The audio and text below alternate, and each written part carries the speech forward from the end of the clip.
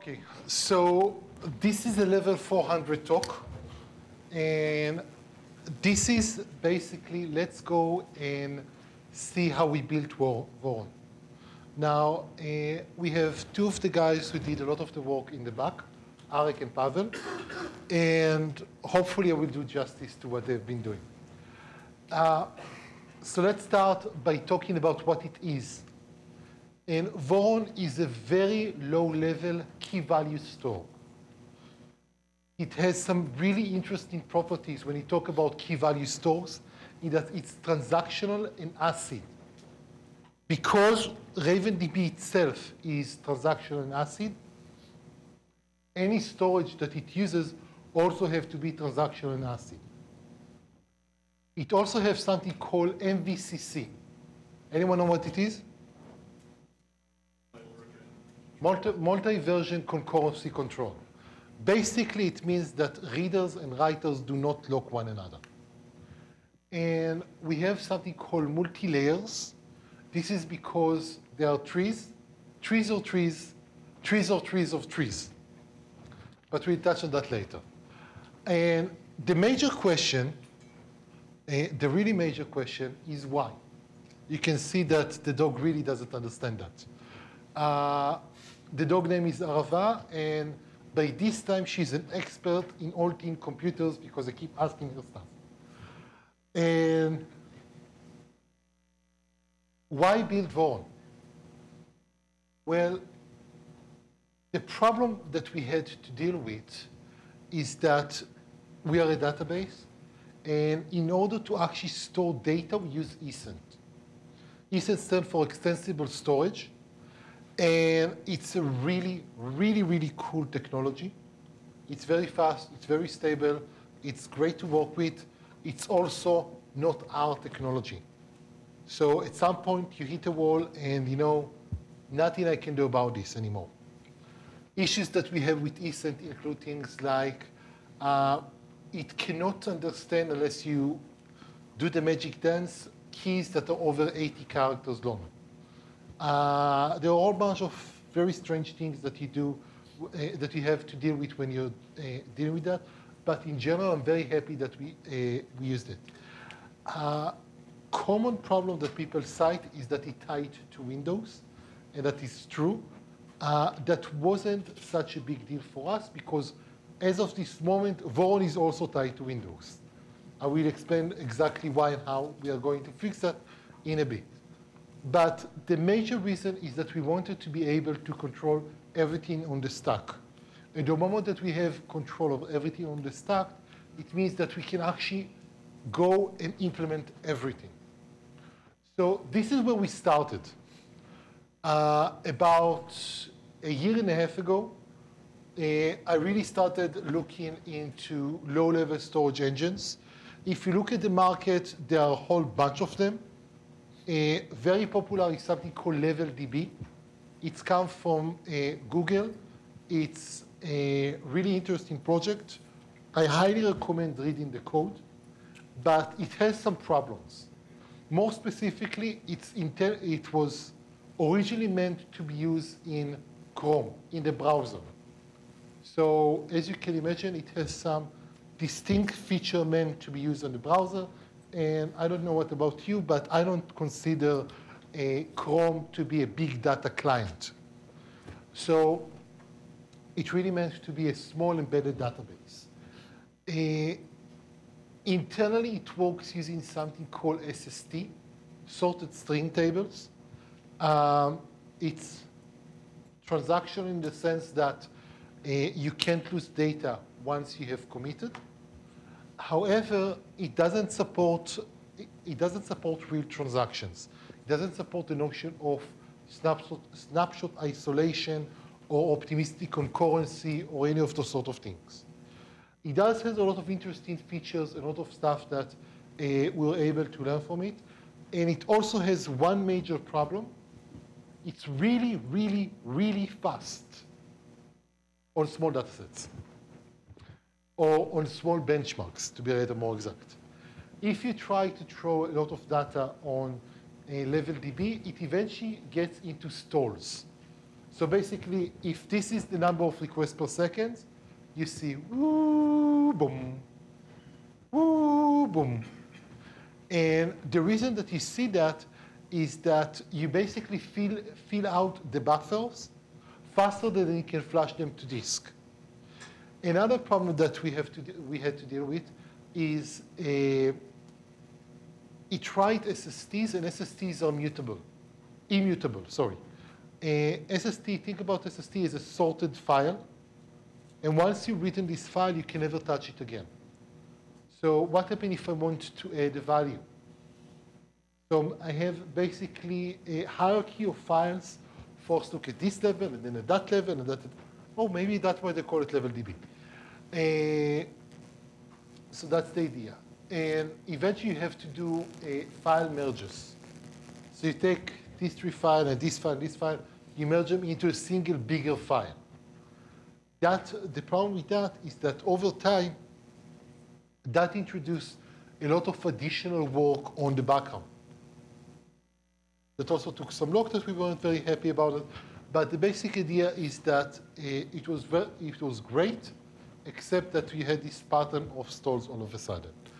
Hyperdex and Ryak are both using RavenDB internally. They have both made some significant modification to how it works.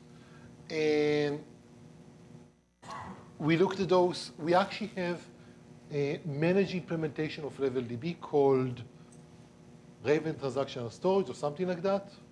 It's up on GitHub if you want to take a look, but it also suffers from the same problems that RavenDB has. So at some point, we decided to abandon that. There is LMDB. LMDB stands for Lightning Memory Map Database. And it's a very small code base, less than 10,000 lines of code. It's a very dense code base. I highly recommend reading that if you feel like hitting yourself repeatedly in the head with a mallet. Seriously, it's very, very dense. It's very hard to follow. It's also very good code in the sense that what it does and how it does it.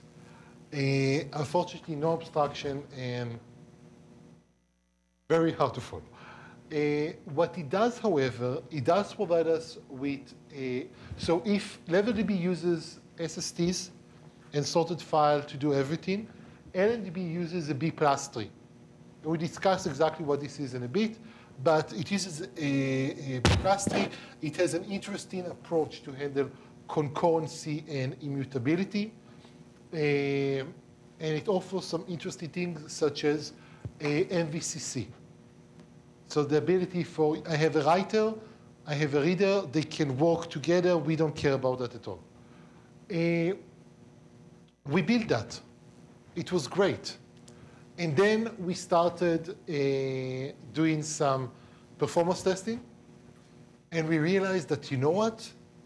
We were very, very, very, very good. We were second place. We were faster than LMDB, we were faster than RavenDB, we were faster than, I don't remember, we had like 8 databases that we would compared against, and we were very, very good. Except that we were the second place. Now, you know what? Everything else that we tested was native code. I'm very happy to be second place against optimized database engines using native code. We had one problem. We could process 30,000 requests per second. Sorry, 25 to 30,000 writes per second. And as I said, we were respectable second place. Ecent, which was the fourth place, could process over 1 million writes per second. And that pissed me off a lot. And I couldn't understand what was going on. Seriously. I mean, okay, RavenDB is doing, 27, we're doing 25 in one benchmark. Fine. This is written in C++. I can live with that. But that big a deal, that big difference.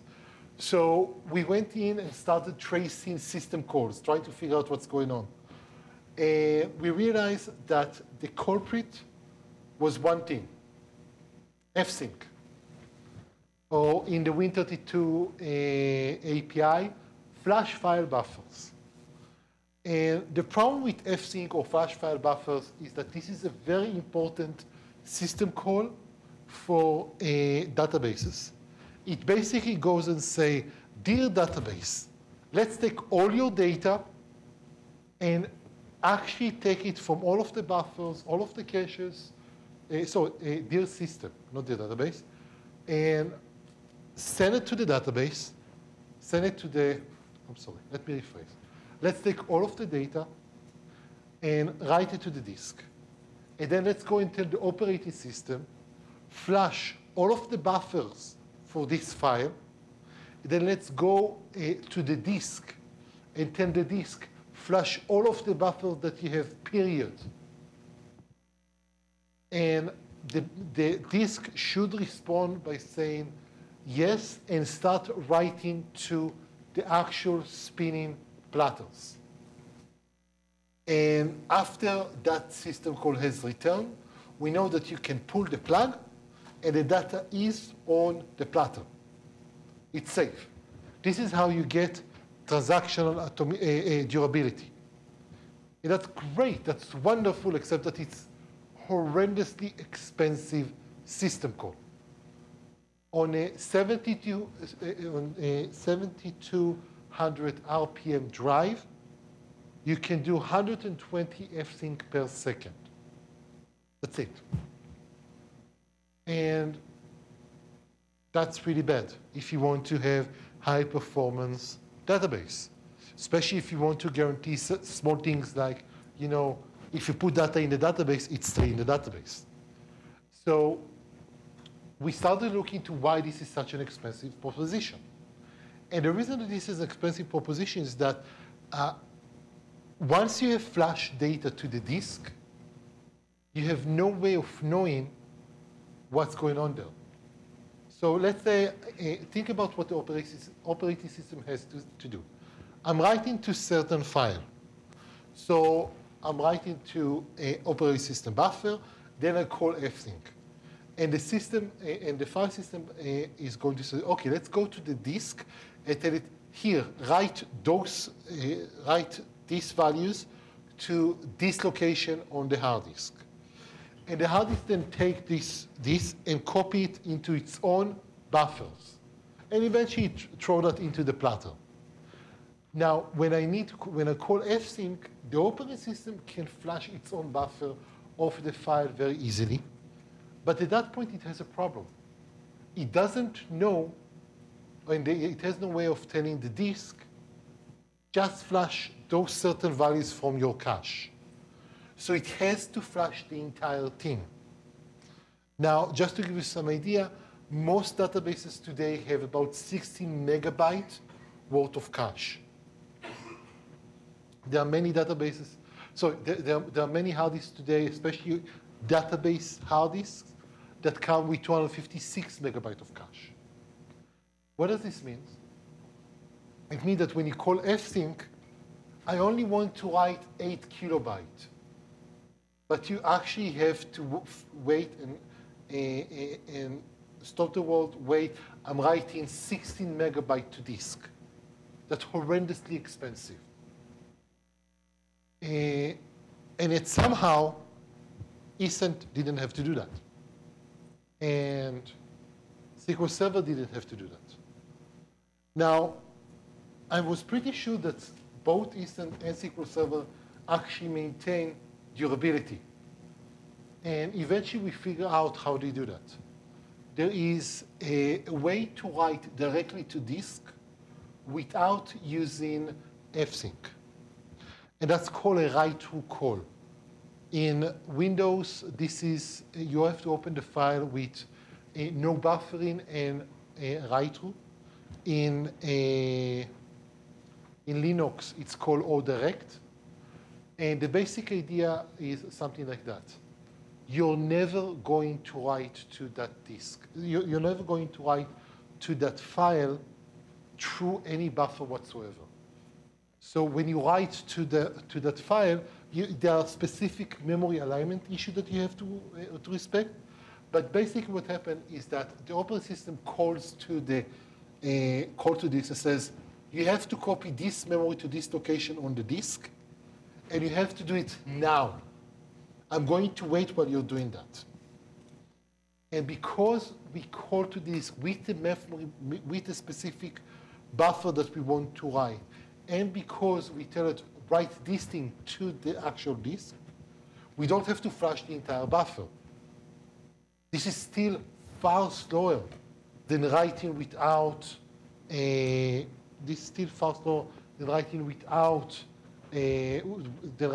buffering, but it's much, much faster than doing that using fsyncs. So eventually we did that, and then we ran into a very interesting bug where a lot of the stuff that we were doing, we are reading from a memory map file. And it was my fault not realizing that the API documentation clearly states there is no coherency between writing to the file using the file allow API and writing to the file using the memory map API. And I think I sent Arek on a wild goose chase for a while just to try to figure that out, because while there is no guarantee about that, it usually does work. But I will discuss this in a bit. Let's look at some numbers here. This is a very, very important number. It takes about 10 milliseconds to do a disk seek. So remember that I told you about B trees and binary trees and B plus trees. So what is this? What is this guy? Well, it says right here.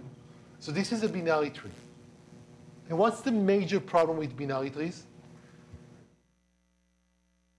You know what? Let's take one step further. What is the efficiency of searching on binary trees? It's O log n, which is great and wonderful. So given that I have, million records and I'm doing a search on binary trees, I should be able to find it in 20 operations, give or take. 20 operations with 10 milliseconds per every disk seek equal 200 milliseconds just waiting for the data. Not even reading the data, just seeking to the data. So the moment that we start talking about persistent data structure, this is out of the window. But even for in-memory data structure, this is still not as good because of memory fragmentation issues. But we don't care. So this is a B tree.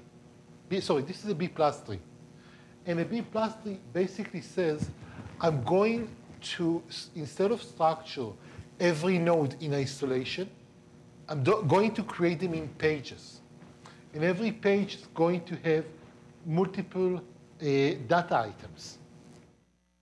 The usual fan out is between 30 to 120, depending on how big are your keys, depending on how big are your values, depending on a lot of stuff. But that's a usually good number. That means that instead of doing an O log 2 of n, we can do an O log 30 of n. That's drastically better. So instead of having 26, I can have only 2. Even more important, I can usually cache the root values of the tree, and I don't have to do any seeks at all. OK, so we use 4 kilobyte pages. That means that the smallest write we actually do is a 4 kilobyte. Actually, that's wrong. We always write at least 8 kilobyte. I will touch on that exactly why later.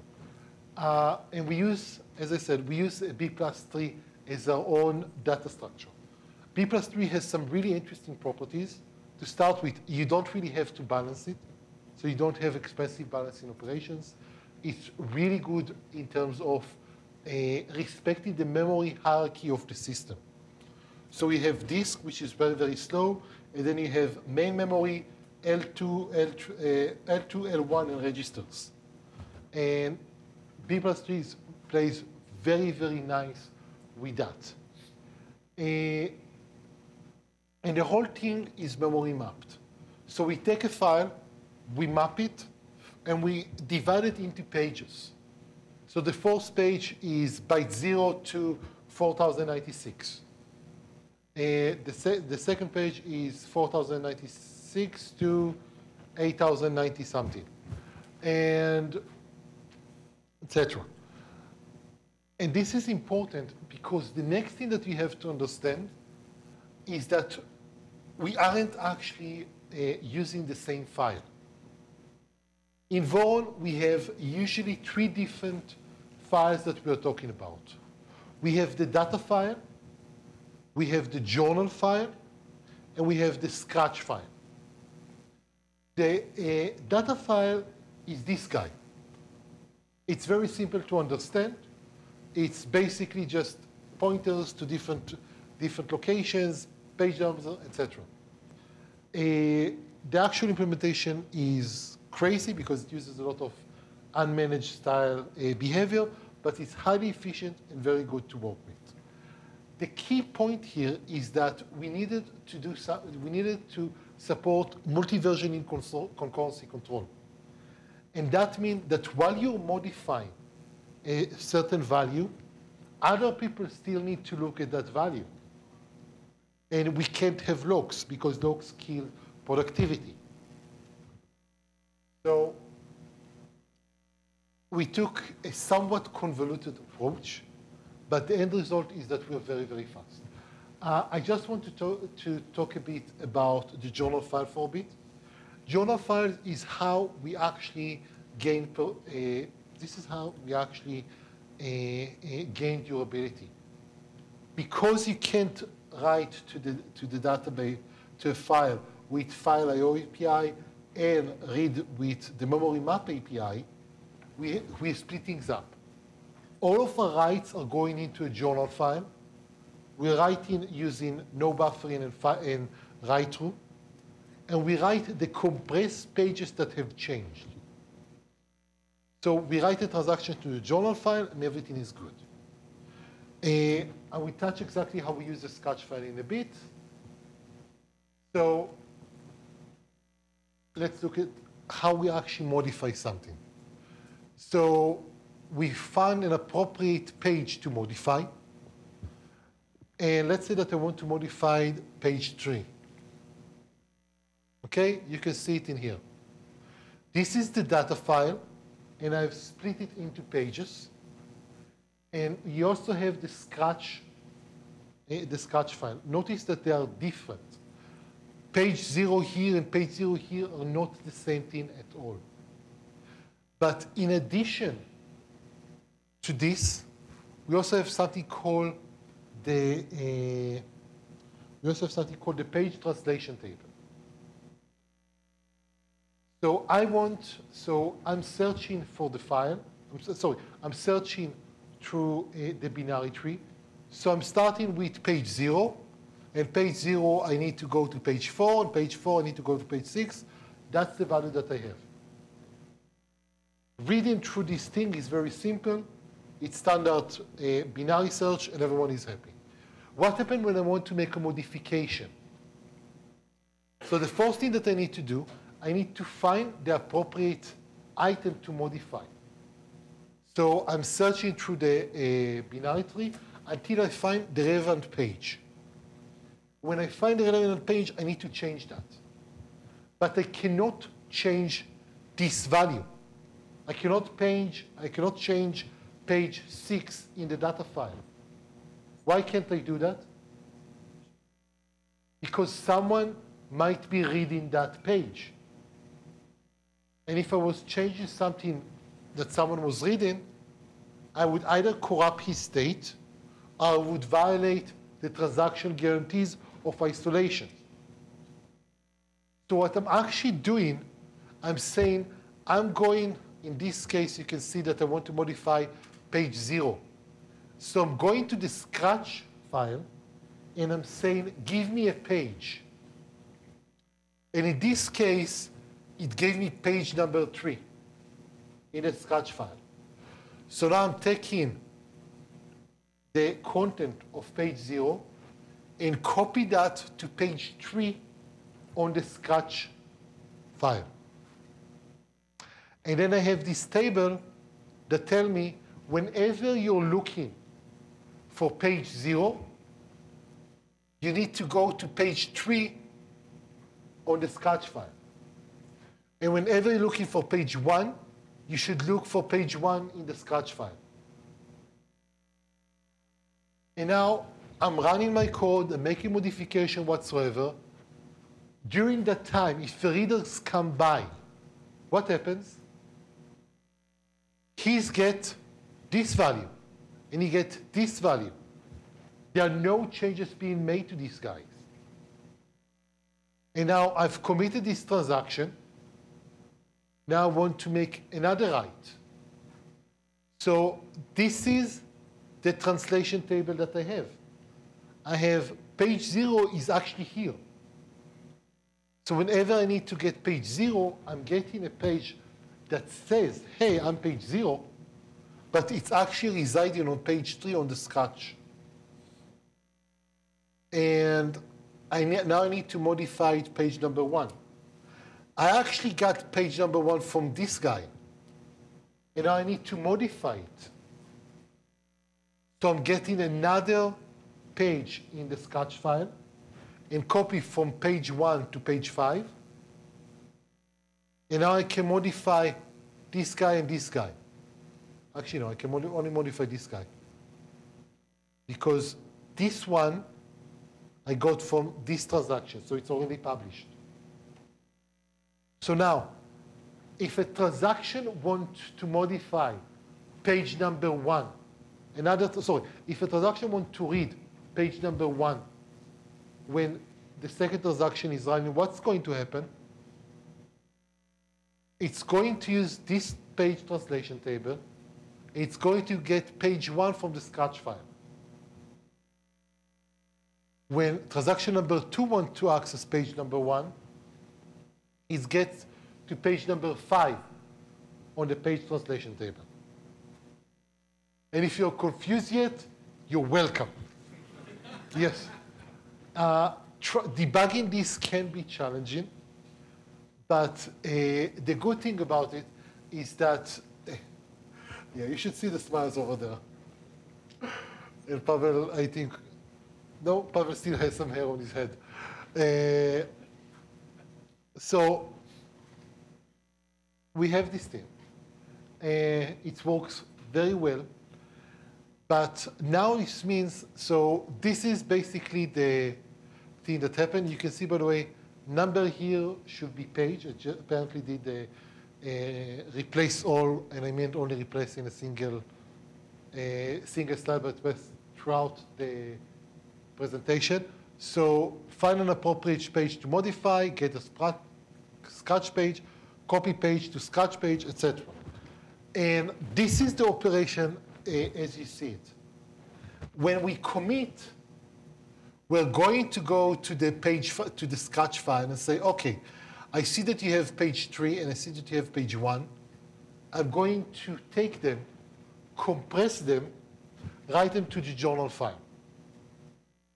And now the transaction has been committed, because the next step after committing to the journal file, I'm going to make my page translation table to be the master translation table.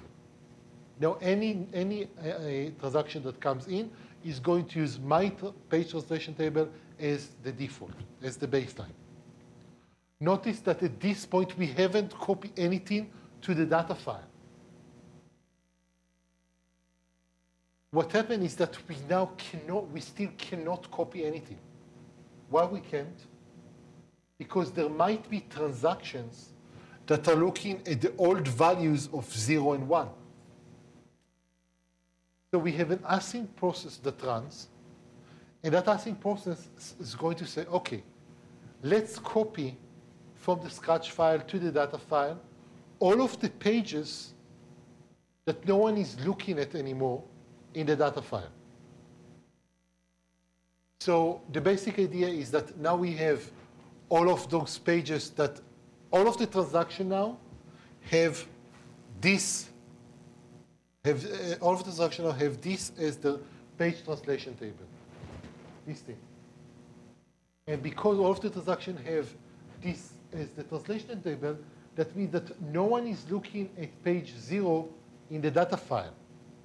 That means that I can now take page 3 from here and copy it here safely. It's very complex, but I think it's worth it. And we discuss exactly why all of this actually has really great performance behavior in a bit. Okay, so this is how it goes. And after we copy the data, we can reuse the space on the scratch file. And we can reset the page translation table to point back at the data file. Yes, so interesting implications of this behavior. When we commit a transaction, we make a single I/O. Single I/O request, write this buffer directly to the disk. That drastically reduces the amount of work that we have to do. It means that moving data to the data file is async in a background process. It also means that we can distribute our load by having multiple spindles, so basically multiple hard disks that we can use, one for the journal file, one for the data file, and we're happy with that. Most importantly, we don't have to call fsync at any stage. Not actually true, but I will touch on that later. And interesting implication of that, because we have a journal file, that means that we get almost for free a full and incremental backup support at the Voron level. Questions so far? Yes? I missed the part where you said, what is the point at which you know there are no transactions? There is an async process that runs every now and then. It's respond to memory pressure and load pressure. And that process looks at the active transactions. And it knows, based on the page translation tables, which transaction is looking at which pages. So we can scan and see, oh, no one is looking at page 0 in the data file. That's a good time to copy that there. More questions? Yeah. Doesn't this mean that you'll have way more disk I/O when you're trying to read data? Like you got to read it from the data file right to the scratch file. I understand the committing. No. So what happened when, so far I spoke a lot about what happened when we want to read. So the scratch file and the data file are actually memory mapped. That means that we can use the page cache of the operating system to help us do a lot of the work. When you read, you go to the page translation table that tells you, oh, you need to go to this memory location or that memory location. And that's the I/O that you have. We don't have to physically read from the disk using file I/O. We just basically rely on the file system on page file. Sorry, page cache. That's the word I'm looking for. That means that if you access a page, there is a very strong likelihood it will reside in memory. So you don't have any I/O whatsoever for the standard operations. More than that, we aren't actually flashing at any point for the scratch or from the scratch file. So this is literally just a scratch space that we use. We don't care about it at all. Honestly, the major reason that we actually have a scratch file is that people tend to be pissed at you if you increase the size of the page file. So we basically have that, and the data file that I talked about. So the I/O that you have for general operation is very small because you only have I/O if you modify, if you touch a page that you have never touched before. Yes, then it goes to the couch page, load that. And even then, the way that the operating system load data for memory map file, at least with Windows, it doesn't load it on a page-by-page basis. It tends to load it on a 32 kilobyte or 64, something like that, based on its own heuristics. So there's very strong likelihood that if you hit that page, you will, and you need to hit the next page, it's already there. It results in a very, very fast execution. And if you want to do something like scanning through the tree, and you skip along the pages, what happens is that it plays very nicely with the way the operating system behaves with regards to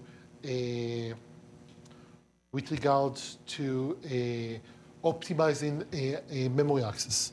So it can actually prefetch data for you. That's also something that is unique to Voron versus RavenDB. RavenDB specifically uses a very similar system, except it does it on a single file, and it moves pages around. The problem with that is that it really kills the page cache when you have a lot of writes, because data moves around and you don't have, you lose the ability to say this is an important page. Everyone accesses that, which you get with our system. Okay, so talk about this. Okay, so that was a lot about the actual physical writes to the file. We talked about pages. That's interesting. That isn't Voron. The only reason that I tell you about it was that it was incredibly hard to do. So I would like you at least to know how hard it was. If you ever have to work with that, we screwed up in some manner. And that means that you have to open a bug for ARIC. So RavenDB, as I mentioned, is a key value store. It has the concept of a tree, a V plus tree, and the key is the key in the index, the value is the value. It's very simple to work with. Except that that isn't how it works. Voron doesn't have a tree. It has multiple trees. That's a very, very important consideration. If we look at something like LevelDB, there is one namespace in LevelDB. If you want to store people and companies inside if you want to store people and company inside LevelDB, you have to have company/x, people/x. That's the way to do it. You have to have some sort of a prefix. With Voron, you have multiple trees that you can use. And the easiest way to think about trees is different tables in a relational database. They have a different physical manifestation in the file. A tree costs a minimum of 4K because it needs at least one page. But it's a very, very important consideration. We actually have optimized Voron to support a limited number of trees. So with the caveat of a tree costing minimum 4K, go right ahead. So we have one root tree. And in that root tree, you can put entries for additional trees that you want to use. And tree is similar to table. And those are the operations that you have. Add, remove, and read based on the key. By the way, key in Voron are byte strings. So we don't care what you put in there, but it has to have an exact match. And if I remember correctly, the maximum key size is something like 1K. Very, very, very important is the notion of iteration. So one of the things that it means is that we can seek to any point in the tree and then go forward or backward as we want. Why is iteration important? Anyone? Why indexing? No? Yeah. Probably because if you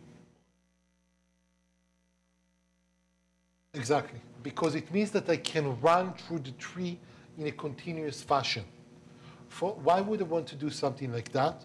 For example, if I'm storing document IDs, I can say, okay, let's go through all of the documents in order by their name.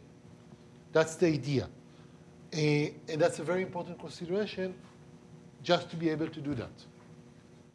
And this is the API. You can see that we have this is an instance of storage environment, the Voron variable. We open a write transaction.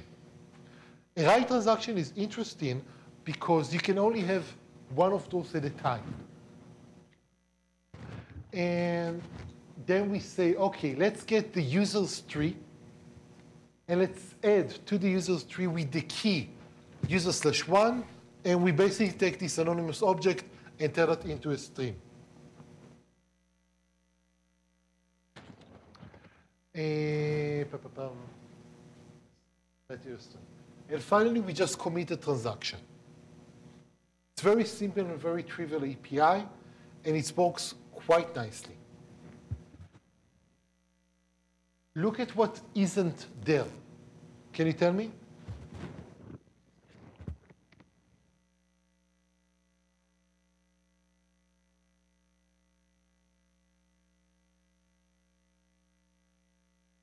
There is no schema. There is nothing. Even this, you don't see it, but there is actually in here an implicit conversion operator that turns this into byte streams.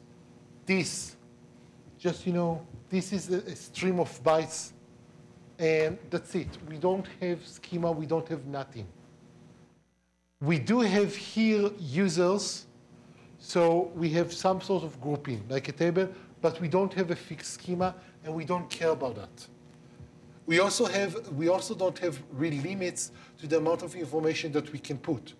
So the key size is a max of 1K. The data size is a max of 2 gigabytes.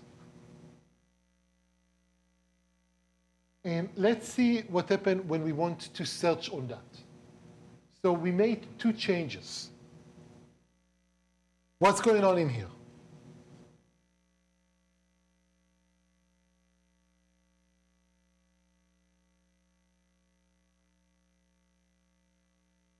Yes, but how do I do that? Okay, so what I've done now, I've created a secondary index. Notice that in Voron, we maintain those manually because Voron is a low-level indexing, it's low-level storage system. It gives you the foundation of doing stuff like that. It doesn't provide them for you automatically. So we have the user tree and we have the email tree, and we add something to the users, and then we add a reference to the users in the emails tree. Because what's it worth? This is how relational database work internally. This is how isn't work. This is one of the most optimized fashion of actually handling things. So now, we have the secondary index. What's next? I want to read a user by ID. I can go to the users tree and says, OK, let's do a search by ID, and we get a result back. And we can also do something like this. In the emails, first, I'm looking at the email, finding the appropriate user, and then I'm looking at the user and finding the actual result back. Questions so far?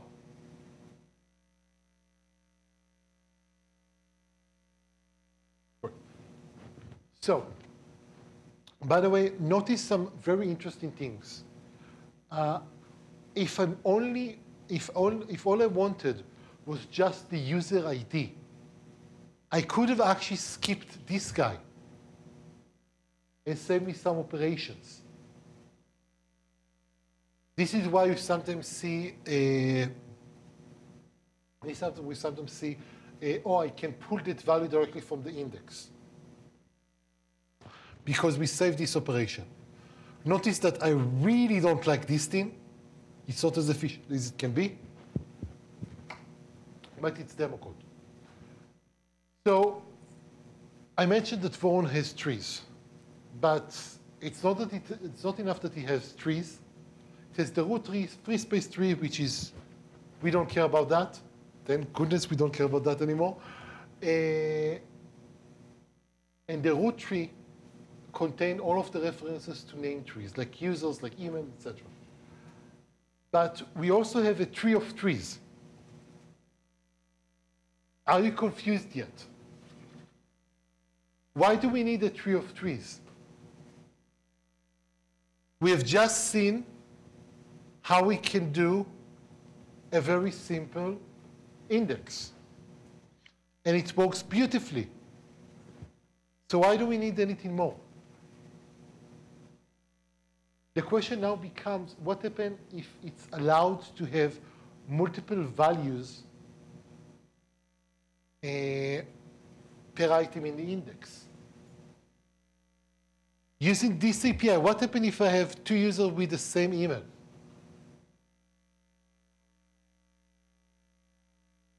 I'm going to override it. I'm going to lose the old one. So this effectively says that emails are unique. So let's talk about what happens when we don't have that promise. What happens when we want to store based on a state, an index on the state? So it's conceivable, I guess, that you're going to have two users in the same state. So at that point, I'm going to have a tree called users by state. The at the beginning is a convention. It says that this is a multi-tree. Multi-tree is a tree that is only used with multi-add, multi-delete, and multi-read. And this is what we do.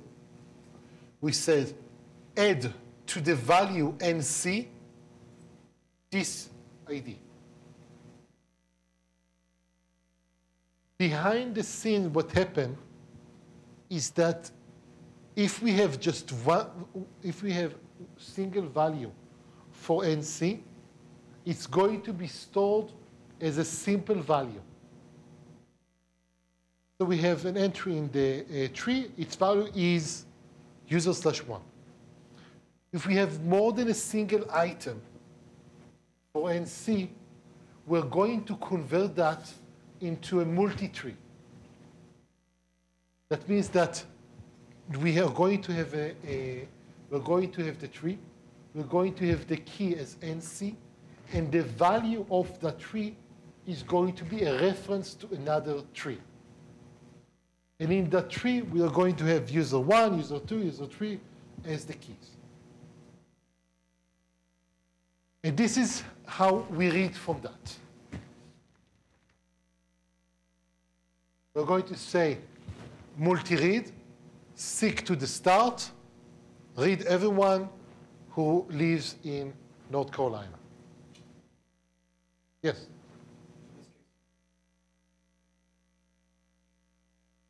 Yes. Now, actually, I think on Friday, I added the ability to also add additional value here, if you really wanted that. But most of the time when you're using multi-trees, you have just these two. Yeah? Did you say that the NC is actually the The NC is what? You say that's the name of the tree that you're... No, it's not the name of the tree, because it's very possible that you have another multi-tree. You say you have users by state and you have cars by state. So users by state is the tree and then... No, what actually happens is yeah, let's try to demonstrate here. You have the root tree. And that has references to things like this. Users, root page 4. And in page 4, you have something like that. And then you have users by state.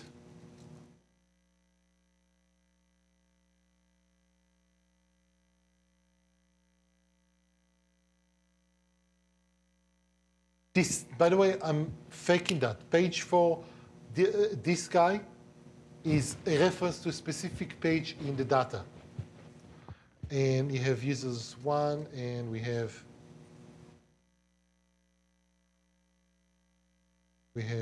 user 1.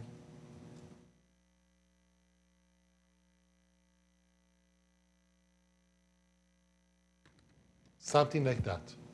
So those are physical trees, real trees. Now, you also have, sorry, these emails.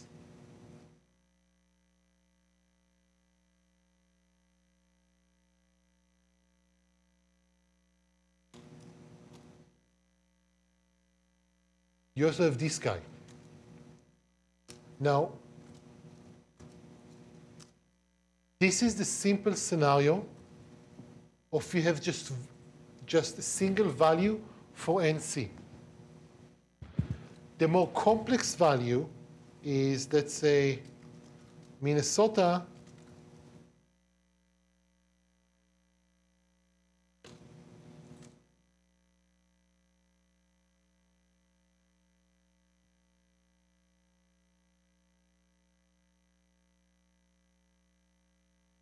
something like this.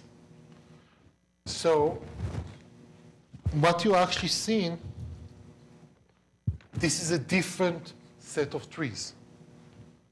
This is just this reference to this guy, etc. So if you have just a single value, and this is what we have on line 12 there, this is just a simple key and value.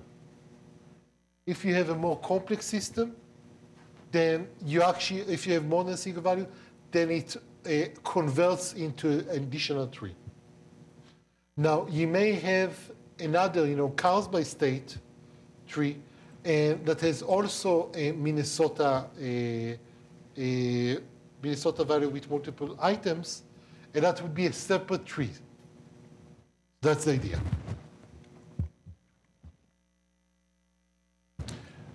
And as I mentioned, this is how you read them. And this is a very important feature to be able to support things that happen, to support multiple values for a single key.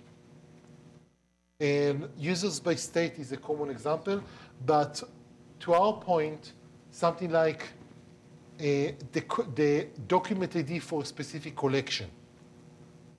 That's something that is very important for us to be able to do.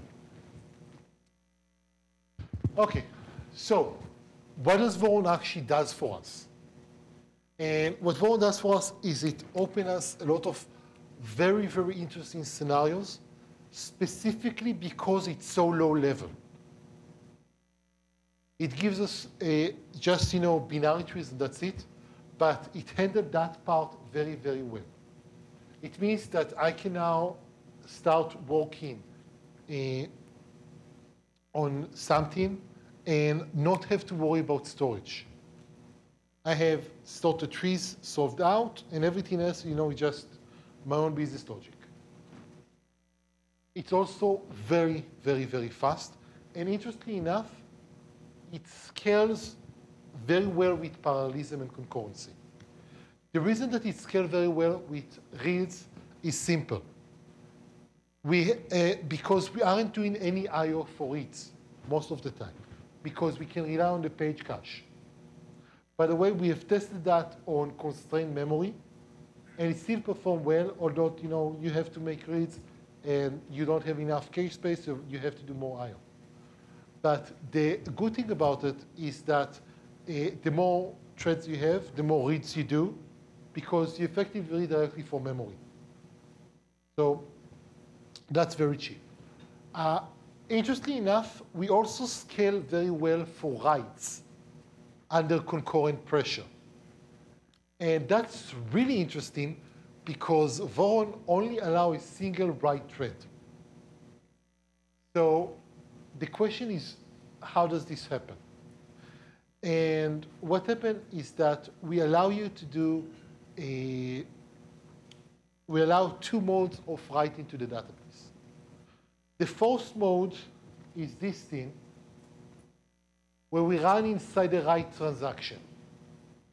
Voron guarantees there is only ever one thread that is actually going to run in here. There is actually even overload in here of timeout of how much I'm allowed to wait for this log to become available. So this is one way of making writes, and this is a very nice way of doing writes because it ensures that I'm the only reader and I'm the only writer to the system. So if I'm reading something, I'm the only one who can change that. There is also a way called write batch. And in a write batch, I'm writing what I want to happen. And then I submit it to the database, to the storage. And at that point, it goes into a background thread. That background thread is going to merge it with any other pending concurrent updates and execute them all in a single write transaction. What it means, however, is that it's possible for you to read something from the database, request a change to that value, and submit it. And at the same time, there is another thread doing the same thing. And you have both updates to the same value based on out-of-date information. Because of that, we actually support optimistic concurrency for those sort of updates. So you can say only update this if it hasn't been changed.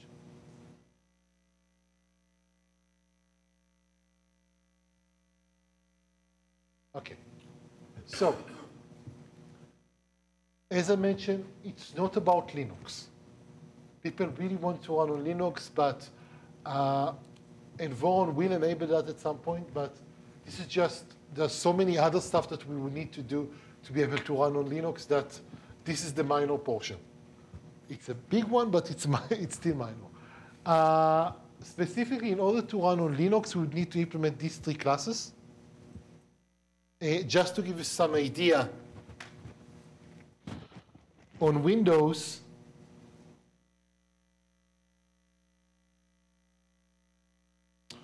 there are about 300 lines or so.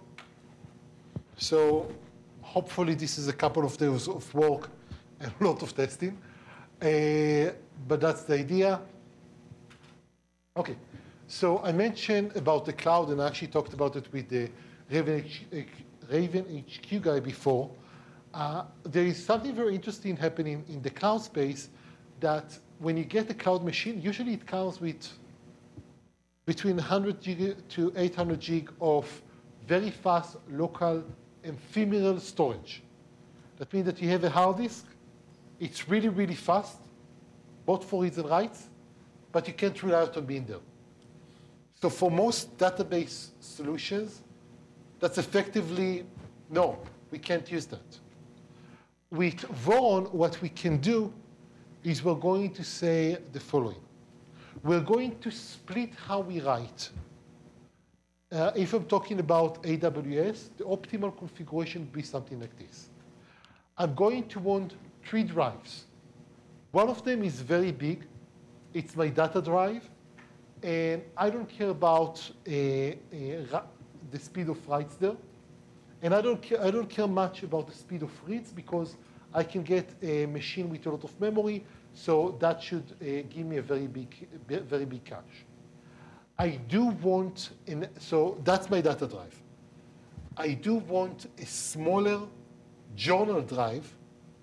And there I do very much care about the write speed. So I'm going to pay for a reserve IOPS on that drive. And whenever I'm making a write to the, whenever I'm making a commit, I'm going to commit to that drive, so it's very important for me that this responds very quickly. Remember that we talked about the scratch pager? I saw a lot of glassy eyes at the time. So that's where we're going to, on the ephemeral storage, that's where we're going to put the scratch pager. And that means that all of my transactions that is going to be pushed there. All of my, and after the transaction is complete, that data is still there, still on the memory map file, mapped to the ephemeral storage. We have a background operation that will copy the data from the scratch file to the data file. And it's okay if it takes a long time. The reason it's okay if it takes a long time is that we don't care. It doesn't impact write speed because the journal file and the data file are on different hard disks with different guarantees. We have a very fast local drive in the Scratch for the Scratch file, and it's relatively large, so we don't care about taking more room on it. And what happens if someone pulls the plug? We committed some stuff. We haven't copied that to the data file yet. We pull the plug and we reboot, and the Scratch file is no longer there. What's going to happen then? Absolutely nothing. Remember that we actually committed our changes to the journal file. So what will happen then is that we will start up and we run a recovery. We read all of the pending transactions from the journal file, apply them to the data file, and then finish starting up. So it's a really nice way of actually taking advantage of cloud systems. So we had a lot to learn from LevelDB and LMDB. Surprisingly, after writing Voron, I think that I understand how Instant works a lot better. I understand how SQL Server works a lot better because both of them rely on the same underlying concept of B-trees. We have the journal, we have MVCC, blah, blah, blah. Few things that I want to mention. I actually mentioned them in the keynote, but I want to repeat them. Because we have a journal, and because the journal contains the transactions, that opened up a very interesting state of mind, because it allows me to do something called log shipping. So we have two machines. I just run a transaction here. The result of that transaction is written to the journal file. I'm able to take that write to the journal file, send it to another machine, and have Voron apply it over there. Effectively, I replicated my transaction.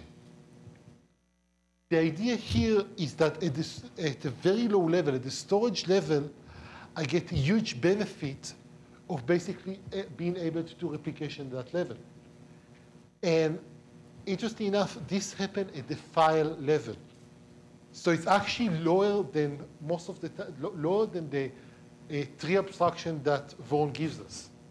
Basically says, go to this byte position in the file, write these values. Go to this byte position, write this value, etc. The downside of that, log shipping requires a master and can't handle conflicts. So let's assume that they have two machines. I'm writing on this one, writing, and keep sending those to here. For some reason, I'm unable to communicate and I want to make a write here. If I do that, and this one is still writing, I can never resolve the conflict. So log shipping is only ever used if you want a read slave or something like that. Because of that, the next step that we're going to take is going to be using Raft, which is a consensus algorithm. And that basically means that I'm going to run a transaction, And then I'm going to, instead of just committing that to disk, I'm going to send it to the cluster, wait until I have a majority quorum. Says, okay, that's fine. Only then I'm committing that. Interesting enough, that's a really, really cool feature. It also creates some interesting problems. Because it's such a low-level feature, it's very hard to understand how to handle things like internal caches. It's very hard to understand how to handle, oh, that value was updated and someone has subscribed to changes on that value. So it's hard for me to figure out how I can, on this machine, raise the notification on that value because I don't know what changed. I only know that something have because I got an update notification. So it's a really good solution, but it's not the end-all solution for us.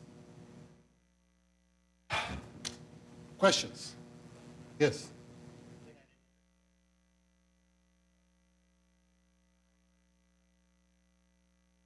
Journal drive, the journal is not on the scratch disk, right? Mm. You can lose that. So No. How do you keep writes to the journal from slowing down the write operations? Journals on the slow disk. The write operation, so we are going to have, we have 3 disks on the cloud scenario. The journal disk, which has high IOPS, the data disk, which is a standard disk, and the ephemeral storage disk, which is very fast and goes away. So you use like the AWS provisioned IOPS. Yeah, something like that. That's the idea. Because and that's important because all of our important writes required to do a commit goes into the journal disk. And all of our, I don't care if it's slow, it just means that we're going to take more ephemeral storage space, are going into the data disk. By having 2 disks, we separate the 2 operations, and that gives you a lot more speed overall. Yes? At one point, you talked about the fact that writes were happening on a single thread and had to. What implications does that have in the layers above if I want to do bulk inserts and want to be able to use some bulk inserts? So the way that, so that's a really good question, and the answer is that I mentioned the notion that we have 2 ways of writing into Voron. One of them is open a write transaction, which is a single-threaded operation. The second option is to do a write batch. And write batch basically batch a whole bunch of writes, and then you submit them to the database. And you can do that in parallel for multiple threads. And we have a transaction merger thread that take all of those write batches, merge them into a single write transaction, and commit all of them together. The basic idea is that we are able to increase concurrency by doing all of the hard work of, I need to write this, I need to write that, blah, blah, blah, blah, and then just accept the writes and apply them concurrently.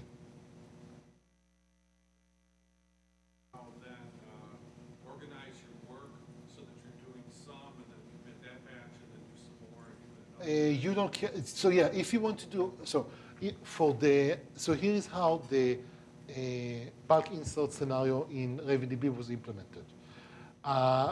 We open a read transaction, read some data that we need, and then we create a write batch. We fill it, I think, to 512 documents, and then we submit a write.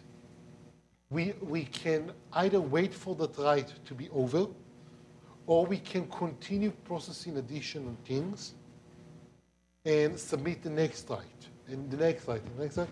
And in the end, we wait for all of them to be over. That's the basic idea. So you don't have to write and wait, write and wait. Although for bulk insert scenario, that's usually a good strategy because you read from a CSV file and you write to your destination. So it's inherently a single-threaded operation. If you're doing more work per, again, writing from a CSV file, and you need to do computational work, then you can spread it apart on multiple threads and submit concurrent write batches. Yes? I'm not sure if I call it bulk insert, but since you have multiple trees, couldn't you have, as long as only one write thread was working on a tree at a time? Could I have what? You could have multiple write threads as long as only one write thread was No. operating on a tree at a time. No, a write transaction is global to the entire database.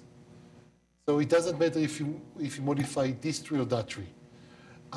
Again, it doesn't matter because you have transaction merging and the ability to handle that. More questions? Yeah. So I still did not get it. How this can speed up the bulk load?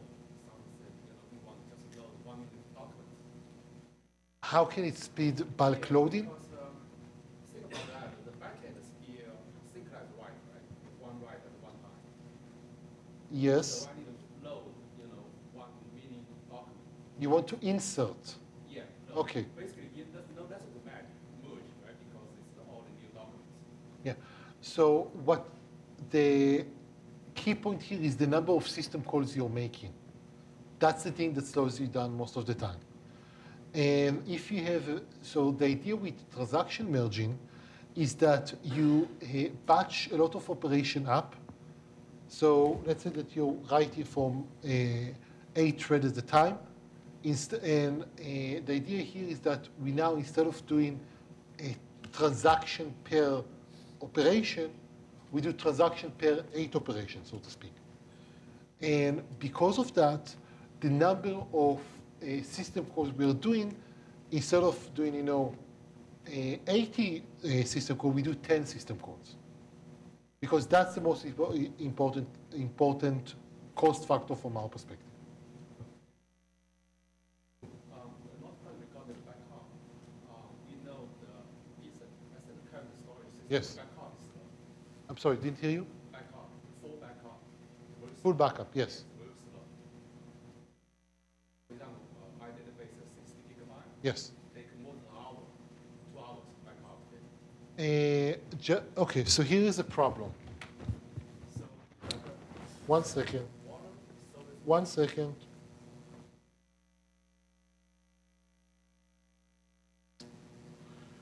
$60 times 1024. So this is the number that you have in megabytes. A typical disk can sustain about 150 megabytes per second. And if we divide it by 60, so that's about 7 minutes if we talk about pure I/O speed. yes. Now, the question here is what actually takes the time. I haven't looked at your system, and we can talk about it afterward. I can tell you that from our perspective, doing a backup is relatively cheap because we read, compress, and write to the destination. So I don't expect it to take a lot of time, but there may be additional things that I'm missing here. Oh, you mean even to count the Ethan, it should be just take 10 minutes, something like that? Yeah, Ethan should, for 60 gigabyte file, should take about, the minimum amount of time it can take is 7 minutes. Yeah, that's actually about my problem. One restore database, 50 minutes. Okay, I'm sorry, let's do it afterward. Okay. More questions? Yes. Yeah. With the scratch file, Yeah. you showed how you have the 2 transactions. Yes. What happens to the scratch file when you commit that? So, It just like a row. okay, so the question here is, okay, so the question here, given this scratch file, and I committed a transaction, what happened to the data in the scratch file? And the answer is nothing, it stays in the scratch file. Not only that, the next transaction that wants to read some data will read it from the scratch file, even though we committed that data. Why? Because we haven't had the time yet to move it to the data file, because that is an async process that runs. Because we don't want to hold up the next transactions waiting for to copy the data. Okay, so that might leads me to the next question. How big to improve better performance, put it in memory, or is that? It actually is in memory. Oh, okay. We never, okay. So a scratch file is a memory map file, and we never ask the operating system to save it. In fact, just to give you some idea, when we open the file, we open it, we delete on close. The only reason we even have a scratch file is that A, people really hate it when if you use a lot of memory and you blow up their page file size. Second, because we want to have specific control over where you can put the scratch file. So that's the only reason. We never actually write it to disk intentionally. The operating system may decide, based on its own logic, maybe it needs to page some memory or something like that, to write it to the file. That's fine. We don't care about that. You had a question? You're talking about volume snapshot service? Maybe. That's the only thing that I can tell you right now. It really depends on how complex that is and how much it would tie us to things that we don't want to do. That's certainly something that I want to look at, but last time I looked, it was very complex, to say the least. Whoa, yes? Is Voron faster than Essent now? For certain benchmarks, yes. For running with RavenDB, I have absolutely no idea. To be fair, I'm afraid to look at because if it doesn't, I'm going to be very upset. It tends to be very, very fast.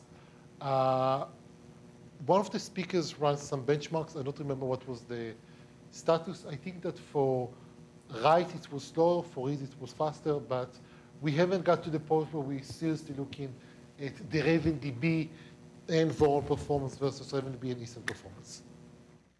Yes, there was some question. Yeah. So where would Raft and log shipping kind of sit in relation to Voron? Would be like components? It's sitting right on top of Voron. So the question is, where does log shipping and Raft sit?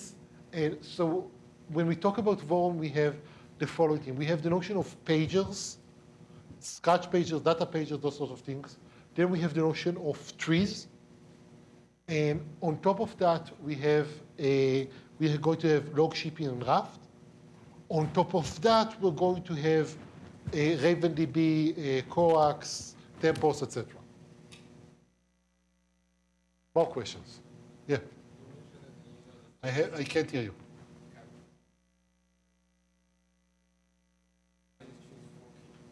So why use 4Ks for the page size? And the answer is, that's what everyone else does. More to the point, this is what all of the Intel CPUs does, or the AMD CPUs. This is how the actual memory is stored inside inside everything. So that's a very natural boundary to use. It's a really good value because that's the minimum amount of data that you can write into an SSD. It's the minimum amount of data that you can read from the disk. It's basically because it's everywhere. We have the options of actually increasing the page size to 8 or 16K. That might be interesting if you wanted to run on instead of running as a memory map file, running as a memory, as our own memory managed remote file. For example, if you want to run directly on a blob storage or something like that. But the reason that we're using 4K because everything else does. Yes? What's the format for the journal file? Is it also just a memory map file? Or No, it's a compressed pages, basically. You have a transaction header page, then you have a LZ4 compressed set of pages that you work with. There was a question here? Okay. One last question? Yeah.